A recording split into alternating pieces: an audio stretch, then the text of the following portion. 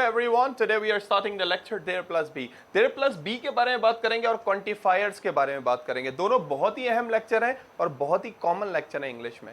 है बहुत छोटी चीज ये क्वांटिफायर्स, परेशान बहुत करते हैं लोगों को, कंफ्यूजन बहुत होती है क्वांटिफायर्स में। तो आज हम पढ़ेंगे और अपना कॉन्सेप्ट क्लियर करेंगे क्वांटिफायर्स के हवाले से और देयर प्लस बी के हवाले से। शुरुआत करूंगा इस बात से, वैसे तो इंग्लिश में मुख्तलिफ तरह के देयर हैं। एक देयर ये है जिसकी हम बात कर रहे हैं, एक और देयर है ये वाला जिसको आप लोग पोजेसिव एडजेक्टिव कहते हैं। क्या कहते हैं? Possessive adjective. उनका, इट इज देयर क्लास, ये उनकी क्लास है, उनका, देयर। और एक दे आर को मिला के बोलते हैं देयर। एक ये वाला भी देयर है। तीन तरह के देयर है इंग्लिश में। एक यही वाला जो हम पढ़ने वाले, दूसरा है देयर पोजेसिव एडजेक्टिव, जैसे माय, मेरा, आवर, हमारा, योर, तुम्हारा। इसी तरीके से देयर, उनका, पोजेसिव एडजेक्टिव, प्रोनाउन की एक टाइप। फिर इस तरीके से एक है दे आर, कॉन्ट्रैक्शन, जैसे ही इसको मिला के हीज, शी इसको मिला के शीज, इसी तरीके से दे आर को मिला के देयर। तो नीचे वाला देयर, ये दोनों देयर हमारे कंसर्न, ये दोनों हमारे कंसर्न, हमारे फोकस नहीं है, हमारा गर्ज नहीं है, कंसर्न नहीं है, ये हमारा फोकस नहीं है। आज ये हमारा कंसर्न नहीं है, हमारा फोकस नहीं है। ये लेक्चर हमारा कंसर्न, हमारा फोकस है ये ऊपर वाला देयर। तो इंग्लिश में तीन तरह के देयर होते हैं। एक देयर पोजेसिव एडजेक्टिव, एक देयर जो है ना आवाज निकलती है वो कॉन्ट्रैक्शन, और फर्स्ट वाला जो हम पढ़ने वाले हैं जो हमारा कंसर्न है, हमारा फोकस है। तो लेक्चर का नाम है देयर प्लस बी। किस लिए इस्तेमाल होता है? We use it for existence. हम इसे यूज करते हैं एग्जिस्टेंस के लिए। अगर इस लेक्चर को जानना है तो पहले इस वर्ड का मतलब जानना होगा, एग्जिस्टेंस। फायजा, क्या मतलब होता है एग्जिस्टेंस का? किसी चीज की मौजूदगी, किसी चीज की प्रेजेंस। तो जब भी किसी चीज की मौजूदगी, किसी चीज की प्रेजेंस बताएंगे, वो किस में बताएंगे? हमेशा देयर प्लस बी में बताएंगे। किसी भी चीज की मौजूदगी, ये चेयर्स यहाँ पे मौजूद है भाई, ये व्हाइट बोर्ड यहाँ पे मौजूद है, ये स्टूडेंट्स यहाँ पे मौजूद है, ये एसी यहाँ पे मौजूद है, ओके, ये कैमरा यहाँ पे मौजूद है। ये जब भी किसी चीज की मौजूदगी बताएंगे तो वो देयर प्लस बी से बताएंगे। अच्छा, बी का क्या मतलब है? बी का मतलब है, बी एक साइन है जिसका मतलब है इज, एम, आर, प्रेजेंट के लिए। पास्ट की बात करेंगे तो ये होगा वॉज, वर। प्रेजेंट की बात करेंगे तो इज, एम, आर, और पास्ट की बात करेंगे तो वॉज, सॉरी, पास्ट की बात करेंगे तो वॉज और वर। अब इतना तो आपको मालूम ही होगा कि इज, एम, आर और वॉज, वर कहां कहां लगता है। हमें पता है किसके साथ इज, एम, आर लगता है, किसके साथ वॉज, वर लगता है। अच्छा, यहां देयर में क्या होगा? देयर में there plus be, there is, there are, एम इतना यूज नहीं होगा। इस किसके लिए इस्तेमाल होगा? एक चीज के लिए। आर किसके लिए इस्तेमाल होगा? ज्यादा चीजों के लिए। इसी तरीके से वॉज किसके लिए इस्तेमाल होगा? एक चीज के लिए। वर किसके लिए इस्तेमाल होगा? ज्यादा चीजों के लिए। तो आप कहते हैं सर इंग्लिश में किसी भी चीज की मौजूदगी कैसे बताई जाती है? मैं बोलता हूं कि इंग्लिश में किसी भी चीज की मौजूदगी बताई जाएगी देयर प्लस बी से। कैसे बताई जाएगी भाई? There plus B. बी का मतलब है इज, एम, आर, प्रेजेंट के लिए। पास्ट के लिए है वॉज, वर। जैसे मैं कहता हूं क्लास में 15 चेयर हैं, तो मैं बोलूंगा देयर, और मुझे पता है ज्यादा के लिए इज, एम, आर में से आर इस्तेमाल होता है, तो मैं कहता हूं there are 15 chairs in class. Class में 15 चेयर्स हैं। There are 5 students in class. Class में 5 स्टूडेंट हैं। मेरे घर में 3 रूम्स हैं। In my rooms, there is क्यों आ रहा है? 3 है ना? हाँ, in my house there are 3 rooms. मेरे घर में 2 कार हैं।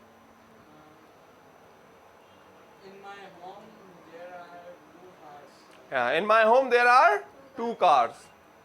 और 2 कार्स आएगा, कार नहीं। 3 रूम्स आएगा, 3 है ना, रूम है, प्लूरल है। तो इस तरीके से, तो ये है there is, there are. Pakistan में 5 सूबे हैं। There are 5 provinces in Pakistan. मेरे घर में 3 दरवाजे हैं। There are 3 doors in my house. There are 3 doors in my house. मेरे घर में 3 दरवाजे हैं। ओके, हमारे घर में 5 विंडोज हैं।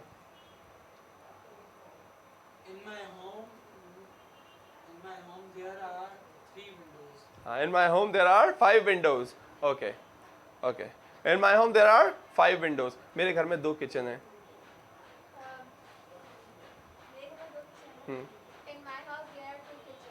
In my house there are 2 kitchens. So when we talk about existence, मौजूदगी की बात करते हैं तो देयर प्लस बी। और कौन सी मौजूदगी भाई? डेफिनेट, डेफिनेट क्वांटिटी, यानी जो तादाद हमें पता है, जैसे हमने कहा there are 15 students, there are 5 students, there are 15 chairs, इस तरीके से मैं कहता हूँ there are 3 rooms in Eureka, पता है हमें तादाद भाई 3 है।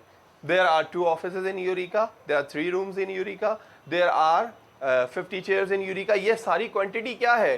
डेफिनेट क्वांटिटी, जो हमें पता है। कौन सी क्वांटिटी? डेफिनेट, जो हमें पता है। और एक क्वांटिटी होती है इनडेफिनेट, जो हमें पता नहीं होती।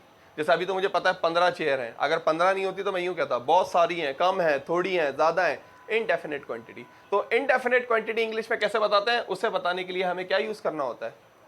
क्वांटिफायर्स। क्या कहते हैं इनको इंग्लिश में? क्वांटिफायर्स। तादाद बताने के लिए इस्तेमाल होता है। अगर तादाद पता है तो ये वाला लेक्चर होगा देयर प्लस बी। अगर तादाद पता नहीं है तो हमें क्वांटिफायर्स यूज करने होंगे। बहुत सारे क्वांटिफायर्स हैं इंग्लिश में, उनमें से कुछ मैंने लिखे हैं और डायग्राम के जरिए आपको समझाने की कोशिश की है क्वांटिफायर्स, ताकि एक दफा जहन में बैठ जाए तो निकले नहीं। ओके, डायग्राम से क्या है भाई क्वांटिफायर्स? यहां मैंने नोट लिखा था we use it for existence. यहां मैंने नोट लिखा है we use them to explain indefinite quantity.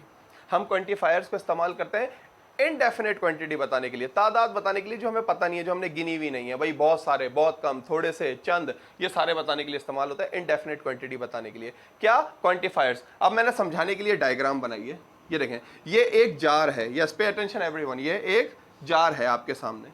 इस जार के अंदर ये पता है क्या चीजें रखी हुई हैं? क्या ये? ऑरेंजेस। क्या है? ऑरेंजेस। ऑरेंजेस है भाई, किन्नू ऑरेंजेस। पाकिस्तान का कौन सा शहर है ऑरेंजेस सबसे ज्यादा बनाता है, जो एक्सपोर्ट होती है जहाँ से ऑरेंजेस की? हाँ, कोयटा। क्या बात कर रहे हो यार। अच्छा, वो शहर दो चीज़ों के लिए मशहूर है, एक ऑरेंजेस के लिए भी मशहूर है और एक वहाँ से एयरफोर्स के पायलट्स भी बहुत हैं। पाकिस्तान का शहर है, वहाँ से एयरपोर्ट्स के पायलट भी बहुत हैं। और मोहम्मद हफीज़ मेरे ख्याल से पाकिस्तानी प्लेयर, वो वहीं से ताल्लुक़ रखता है, उसी शहर से। उस शहर का क्या नाम है? सरगोदा। क्या नाम है? हाँ, शाहीनों का शहर कहते हैं, यानी पायलट्स बहुत सारे हैं वहाँ से। और किन्नू का शहर, ऑरेंजेस का शहर। ओके, तो ये और ऐसी ये जनरल नॉलेज की बात थी। ये एक जार बनाया है, जार के अंदर ऑरेंजेस हैं। अब कहीं पे ऑरेंजेस इतनी तादाद में इतना भरा हुआ है जार, कहीं पे आधा भरा हुआ है ये जार, और कहीं पे बिल्कुल कम है ये जार भरा हुआ। तो कितनी तादाद पे हम क्या बोलेंगे? इस एग्जाम्पल देने के लिए मैंने ये जार बनाया है। सबसे ज्यादा जब तादाद है, सबसे ज्यादा जब तादाद है, यानी जार यहां तक भरा हुआ है ऑरेंजेस से, तो हमें क्या इस्तेमाल करना होगा? अ लॉट ऑफ या लॉट्स ऑफ।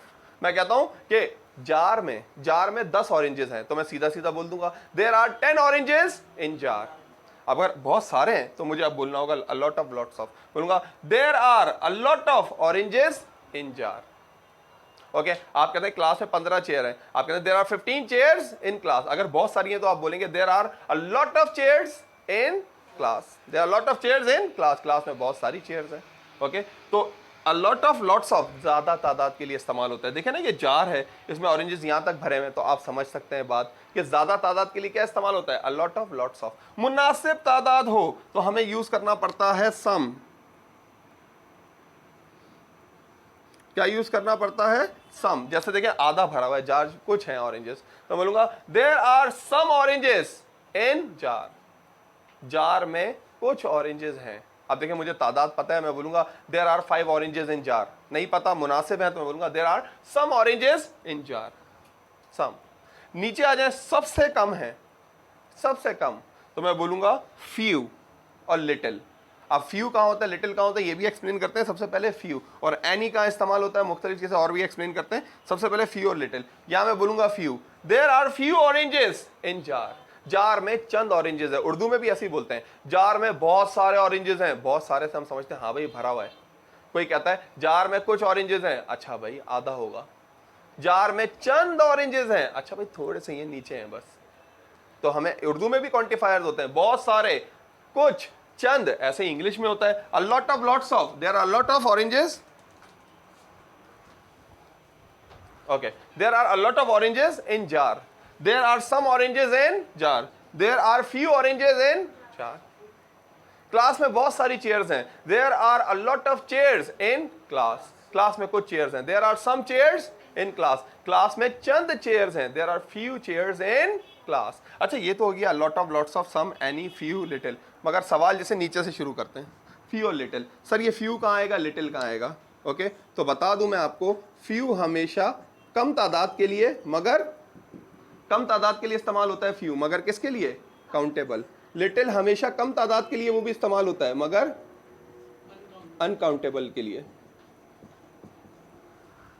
अनकाउंटेबल के लिए। आप कहते हैं फ्रीजर में, फ्रीजर में थोड़ा सा दूध है, थोड़ा सा मिल्क है फ्रीजर में, तो क्या बोलेंगे? देयर इज फ्यू मिल्क, हाँ, there is little milk in freezer. ये तो नहीं बोलेंगे there is few milk, fridge में चंद मिल्क है, ऐसे तो नहीं बोलेंगे ना, थोड़ा सा है। अनकाउंटेबल के लिए लिटिल।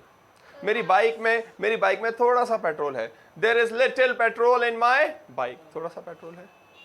ओके, फ्यू तो नहीं बोलूंगा ना, फ्यू काउंटेबल के लिए। जैसे कोल्ड ड्रिंक्स रखी हुई है, बॉटल्स, चंद बोतलें फ्रीजर में, तो मैं बोलूंगा there are few bottles in freezer, there are few bottles in freezer. अगर कोल्ड ड्रिंक की बात करूंगा, लिक्विड की, तो मैं बोलूंगा there is little cold drink in freezer. तो फ्यू काउंटेबल, लिटिल अनकाउंटेबल के लिए। इसी तरीके से आप सम और एनी, सम और एनी, सम इस्तेमाल करते हैं हम लोग अफर्मेटिव के लिए, किसके लिए? अफर्मेटिव के लिए, सादे जुमले के लिए। और एनी हमेशा इस्तेमाल होता है नेगेटिव और इंटेरोगेटिव के लिए। There are some oranges in jar, jar में कुछ ऑरेंजेस हैं। अगर मैं बोलूंगा जार में कुछ ऑरेंजेस नहीं है, कोई भी ऑरेंजेस नहीं है, तो मैं बोलूंगा there are not any oranges in jar. और सवाल के लिए भी एनी इस्तेमाल करूंगा, is there any oranges in jar, क्या जार में कुछ ऑरेंजेस हैं? तो सम और एनी किस लिए इस्तेमाल होता है? सम इस्तेमाल होता है कुछ के लिए, और एनी उसी का नेगेटिव है। ओके, फिर आ जाते हैं सबसे ऊपर, उसमें भी थोड़ा सा मसले मसाइल है, उसको भी देख लेते हैं। अ lot of lots of, a lot of lots of के अलावा भी कुछ चीजें ज्यादा तादाद बताने के लिए इस्तेमाल होती हैं। कौन सी हैं ये? अ लॉट ऑफ या लॉट्स ऑफ बताने के लिए भी। अक्सर इनका क्वेश्चन पूछने के लिए क्या इस्तेमाल होता है? तादाद पूछने, क्वेश्चन पूछने के लिए, या इन्हीं के जैसे मच एंड मैनी। मच का इस्तेमाल होता है सेम, अनकाउंटेबल। मैनी का इस्तेमाल होता है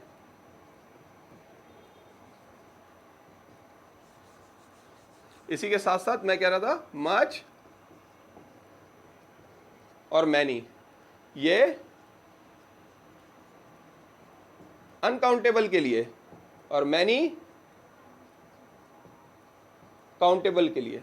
सवाल में बहुत इस्तेमाल होता है, हाउ मच, हाउ मैनी, और वैसे भी इस्तेमाल होता है। मैं कहता हूं there are a lot of students in class, there are many students in class. There are a lot of chairs in class, there are many chairs in class.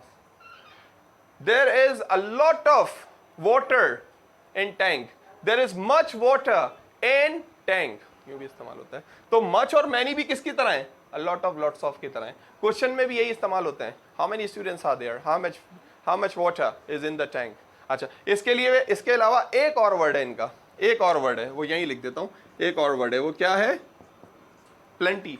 ये भी तादाद के लिए इस्तेमाल होता है, plenty. Plenty of students are present here, plenty of chairs are in the class, there are plenty of chairs, there are plenty of chairs, plenty of chairs. एक कहावत है इंग्लिश में, plenty of fish are present in a sea. क्या कहावत है? यहाँ पे and करते हैं एक फनी कहावत के साथ। क्या कहावत है इंग्लिश में? कहते हैं कि plenty of fish are present in the sea. क्या मतलब है फायदा? Plenty of fish are present in the C,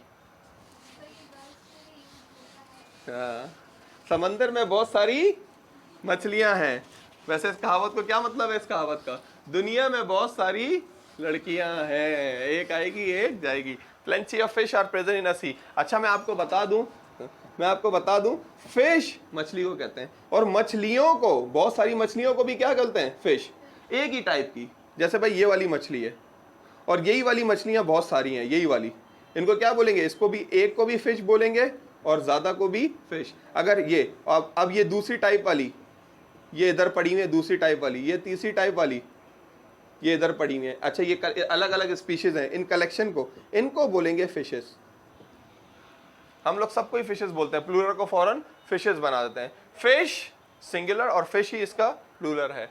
okay, so what I was talking about there plus be. There plus be किस लिए इस्तेमाल होता है? मौजूदगी के लिए, किसी भी चीज की मौजूदगी बताई जाती है। समझ आया आपको कि देयर प्लस बी क्या है? फिर आपको समझ आया कि क्वांटिफायर्स क्या है, इंग्लिश में क्वांटिफायर्स क्या है? ज्यादा तादाद है तो a lot of, lots of. Much, many, plenty. मुनासिब तादाद है तो सम, एनी, और कम तादाद है तो फ्यू और लिटिल।